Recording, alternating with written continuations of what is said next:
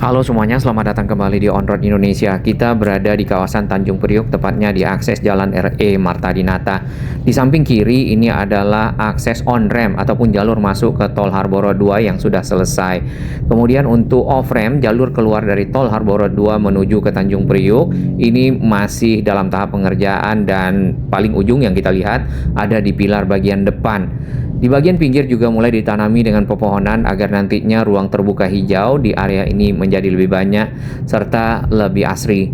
Pembangunan Tol Harboro 2 dirancang memang sebagai solusi krusial untuk mengurai kemacetan parah ya di sepanjang jalur Tol Harboro 1 ataupun jalur yang kita lewati saat ini, Tol Pelabuhan 1 lebih tepatnya dari arah Ancol sampai ke arah Pluit. Sekaligus untuk meningkatkan efisiensi logistik ya dari dan menuju Pelabuhan Tanjung Priok, namanya TGPA. Bagi sahabat kami yang baru menemukan channel ini, silakan subscribe dan jadilah saksi sejarah untuk pembangunan Indonesia yang lebih baik. Di bagian kiri yang ditutup adalah on-ramp juga dari Tol Wiyoto Wiono menuju ke Tol Pelabuhan 1 agar bisa masuk ke Tol Harboro 2 ataupun Tol Pelabuhan 2 nantinya yang akan bergabung arus lalu lintasnya dengan akses dari arah Tanjung Priok ya. Akses tersebut yang crossing di depan kita itu tadi yang dari arah bawah dari arah Tanjung Priok Terminal Peti Kemas nantinya akan melewati jalur tol yang crossing di depan, kemudian bergabung dengan yang di pinggir kiri dan nantinya sampailah di simpang susun Pluit tanpa ada simpang susun lain atau jalur keluar masuk tol. Khusus untuk jalur yang crossing di atas dari tol yang kita lewati ini menggunakan steel box girder membentang di antara pilar-pilar yang paling tinggi. Lalu setelahnya pilar-pilar tersebut makin lama makin rendah sehingga seperti akses jalan bergelombang. Baik, kita akan bahas satu persatu bagaimana perkembangan dari Tol Harboro 2 ini termasuk target serta anggaran. Memasuki tahun 2026, akselerasi difokuskan pada penyelesaian jalur selatan yang ada di samping kita. Jadi itu masih untuk jalur tol satu arah saja ke arah simpang susun Pluit dan diusahakan agar dapat segera fungsional ya, sembari terus mengurai benang kusut pembebasan lahan yang masih menjadi hambatan utama untuk menuju titik akhir di simpang susun Pluit.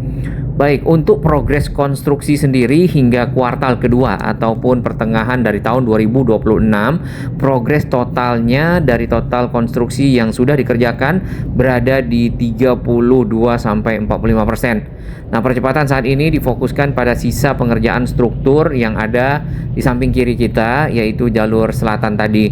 Pertanyaannya, apakah di jalur utara tidak ada pekerjaan? Sebenarnya sudah mulai ada pekerjaan yang kita lihat, terutama di sekitar Ancol. Nah, untuk yang jalur utara itu hambatannya ataupun kendalanya adalah lahan ya. Jadi lahan-lahan yang harus dipersiapkan untuk Tol Harboro 2 untuk sisi utara baru sedikit mungkin yang sudah bisa dilanjutkan untuk konstruksi. Selebihnya masih negosiasi dan tahap-tahap lainnya agar lahan-lahan tersebut dapat dibebaskan. Salah satu tantangan dari pembangunan Tol Harboro 2 ini adalah tiang-tiang yang berada di jalur aktif kendaraan yang menuju ke arah barat dari arah Tanjung Priok. Dan jalur aktif ini kemarin sempat dibuat satu arah saja, kemudian dirubah lagi menjadi dua arah di beberapa lokasi. Yang kita lihat cukup menarik ya, di area pilar-pilar yang dibangun di sini dulu banyak bangunan-bangunan liar berada di pinggir rel kereta. Namun sekarang sudah banyak yang dibongkar. Kemudian yang tinggal di pinggir rel kereta pun itu cuma sedikit.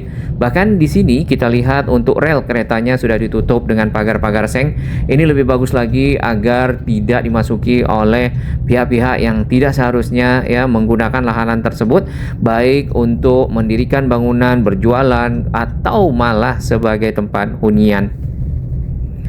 Kita putar balik tadi di depan akses ke arah Ancol. Nah, ini tiang-tiangnya sudah berdiri. Tiang-tiang ini secara lokasi lebih dekat ke Tol Pelabuhan 1 ya, dipepet ke kanan sehingga lahannya itu lebih mudah disiapkan. Ya karena ini akses jalan tentu lahan milik dari pengelola jalan yang ada, yang mungkin lahan Pemda atau juga lahan pihak lainnya. Kalau lahan-lahan terkait dengan milik masyarakat ya, itu pembebasannya perlu waktu dan negosiasi dengan masyarakat setempat. Pilar-pilarnya yang kita lihat modelnya tadi ada yang berdiri satu pilar, yang ini dua pilar menjadi pilar portal karena ke depan yang kita lihat ini sudah bergeser ke arah pinggir, ke arah sisi Ancolnya daripada sisi tol Pelabuhan 1. Nah, dengan model seperti ini maka yang diperlukan lagi adalah manajemen trafik dan utilitas. Manajemen trafik terkait dengan pengalihan arus ya, terutama untuk menyiapkan area-area konstruksi yang harus ditutup dan arus lalu lintas harus dibelokkan ke kiri, ke kanan atau ke lokasi-lokasi yang mungkin sebenarnya itu adalah arah yang berbeda. Jadi dibuatkan kontraflow dan lainnya.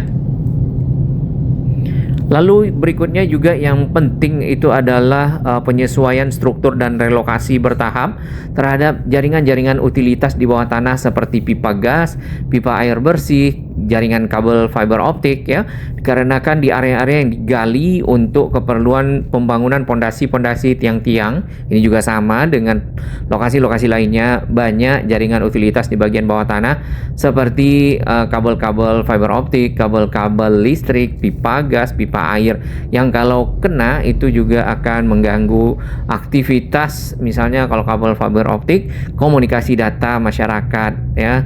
Kemudian kalau pipa air tentu sumber dan air bersih lah untuk kebutuhan masyarakat. Di sebelah kanan area yang ditutup ini ada pekerjaan pembangunan akses yang menghubungkan stadion JIS ya, kemudian juga stasiun yang baru stasiun kereta JIS dengan area parkir yang ada di Pantai Karnival serta Formula E.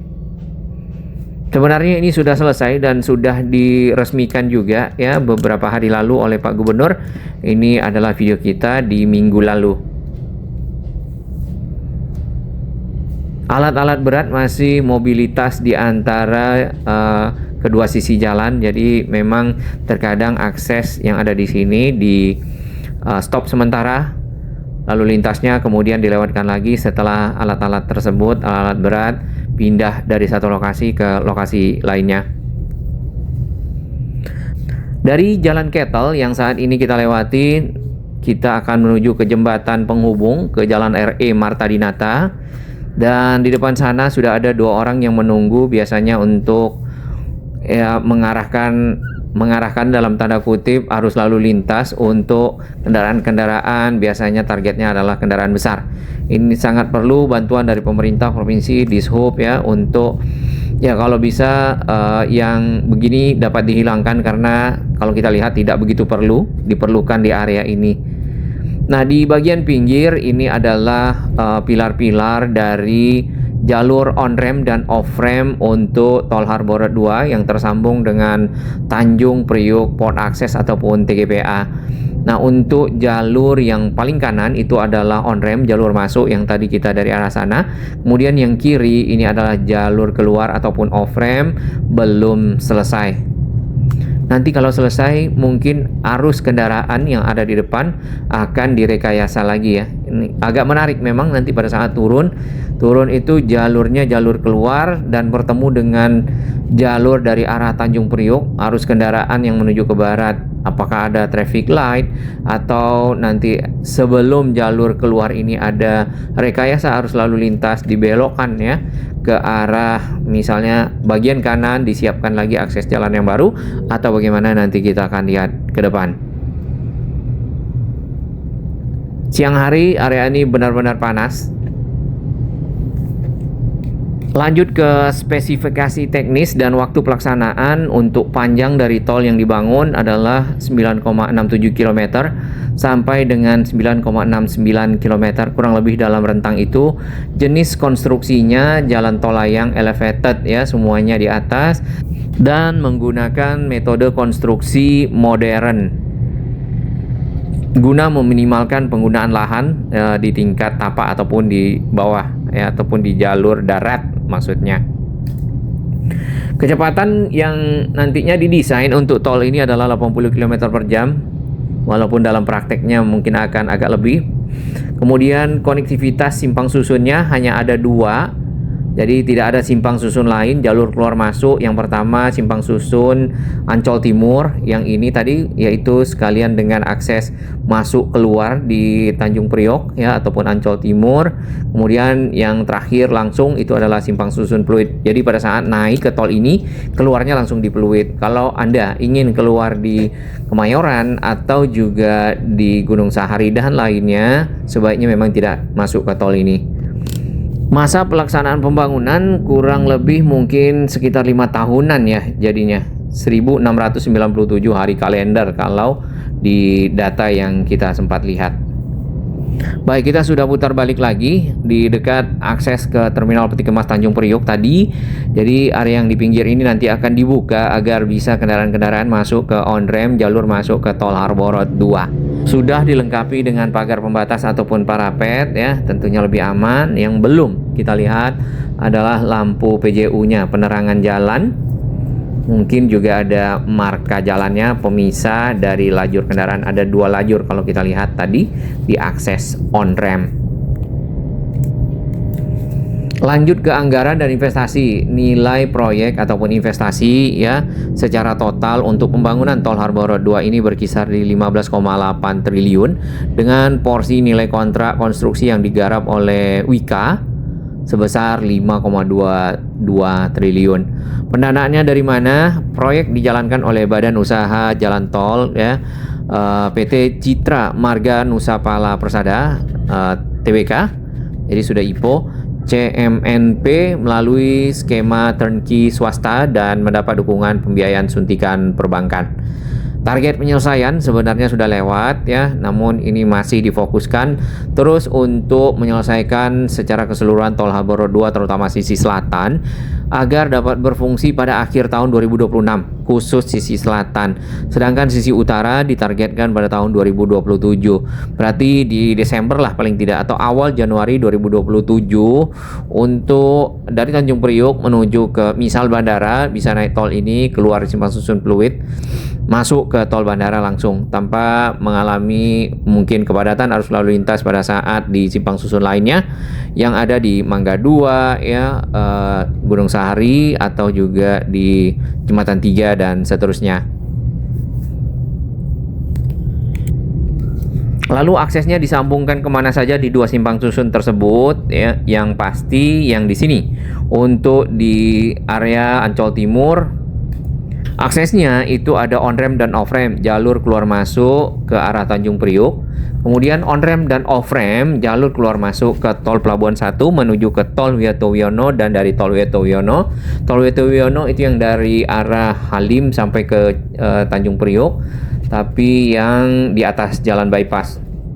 Ya, Jalan Ahmad Yani, Jalan Dai Panjaitan. Nah, di sini kembali satu arah karena area yang di samping kita ini ditutup. Persis di pinggir kiri ini ada stasiun JIS. Stasiun ini sudah diresmikan oleh Pak Gubernur beberapa hari lalu untuk dapat dipergunakan oleh masyarakat. Kemudian aksesnya menggunakan JPO yang ada di samping.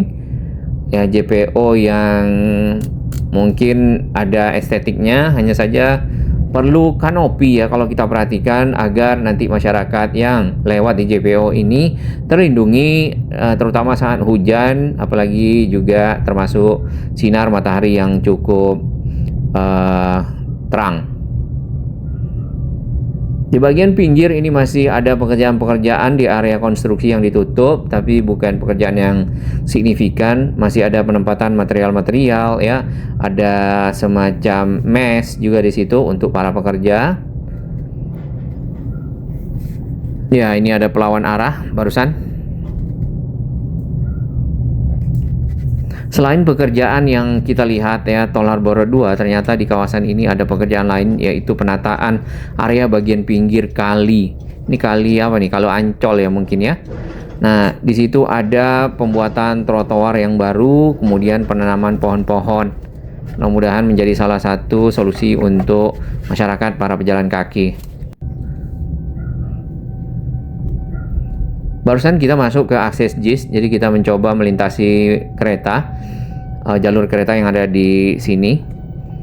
Ternyata di bagian atas tol Harbor Road 2 di depan itu ada pekerjaan pengecoran parapet ataupun dinding dari tol Harbor Road 2 untuk jalur selatan.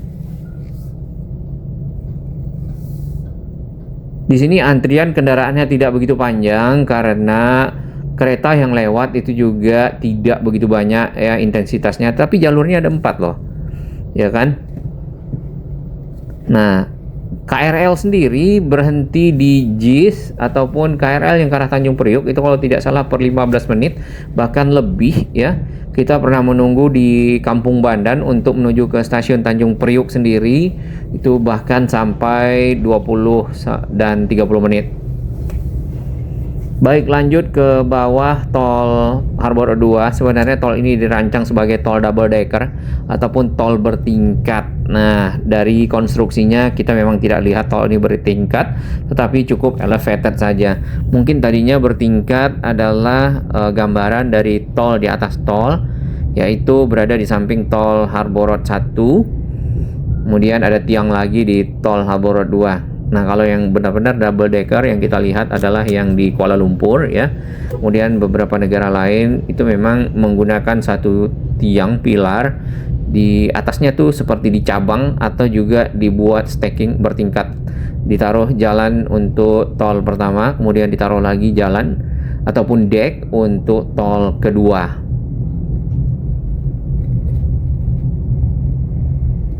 Jalan RE Marta Dinata masih berupa tambal sulam, mudah-mudahan nanti ini di aspal rapi. Di bagian pinggir ini masih ada beberapa saja yang kita lihat bangunan-bangunan liar.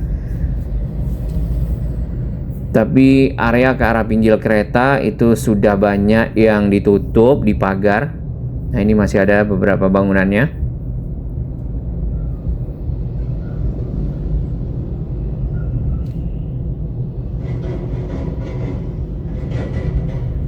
Yang ini belum ada parapetnya ataupun dinding pembatas dari tol Harbor Road 2. Kemudian ke arah pinggir kereta itu setelah dilakukan pembongkaran untuk bangunan-bangunan yang ada di sisinya belum dipagar lagi. Kalau bisa memang dipagar permanen saja menggunakan tembok gitu ya ataupun beton lebih tepatnya, sehingga benar-benar tidak dapat dimasuki oleh masyarakat ya, dan tidak digunakan untuk hal-hal yang tidak semestinya. Ini tempat sampah malah di bagian pinggir. Bahkan ke arah Tanjung Priuk sendiri kita melihat beberapa lokasi dipakai untuk tempat pembuangan sampah ya. Sementara mungkin dari situ kadang ada sampahnya yang dibakar, ada yang dibiarkan ini sampah lagi. PR dari pemerintah Provinsi DKI Jakarta sebenarnya masih banyak ya. Semoga Pak Pramono Anung dan Bang Dul bisa bergerak lagi untuk membenahi daerah-daerah yang ada di pinggir selain dari HR Rasuna Said atau juga Sudirman atau yang lainnya di pusat kota, karena kawasan-kawasan padat penduduk, kawasan-kawasan yang ada hunian-hunian liarnya itu cukup banyak, terutama di bantalan rel. Kemudian di bantalan rel atau di pinggir rel lebih tepatnya, di bantalan itu berbahaya. Di pinggir rel atau juga di pinggir kali ya, atau di lokasi-lokasi yang terkonsentrasi padat penduduknya. Ya, ini simpang susun Kemayoran. Di sini pilarnya dari tol Harbor 2 naik lagi cukup tinggi. Jadi kalau kita lihat itu seperti gelombang saja. Dan di depan dari stasiun Ancol terdapat bus stop, bukan bus ngetem ya, tapi di sini memang ngetem judulnya, bukan stop.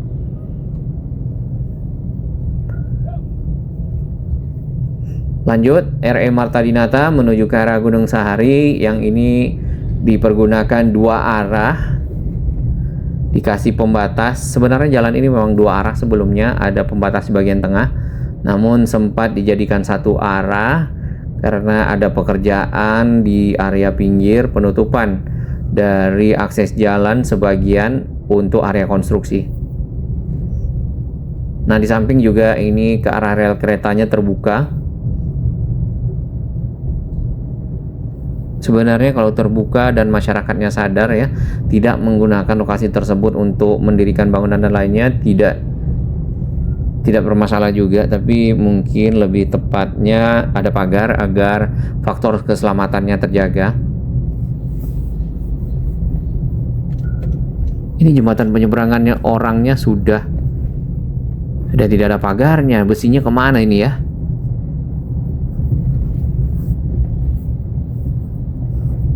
Lanjut ke arah Gunung Sahari, kurang lebih seperti ini, masih sama dengan kondisi sebelumnya.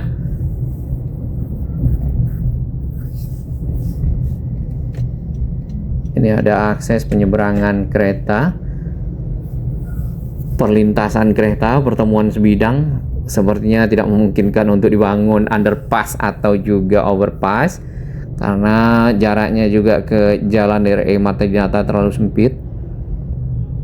Ada satu ekskavator di bagian pinggir melakukan penggalian. Mungkin ada saluran air yang di sana tertutup. Nah, di bagian atas ini titik terakhir yang kita lihat, sambungan dari pilar-pilar Tol Harbor Road 2 yang ke arah Gunung Sahari. Belum dinaikkan girder boxnya. Ya, ini di antara pilar menggunakan box girder yang disusun-susun oleh si launcher.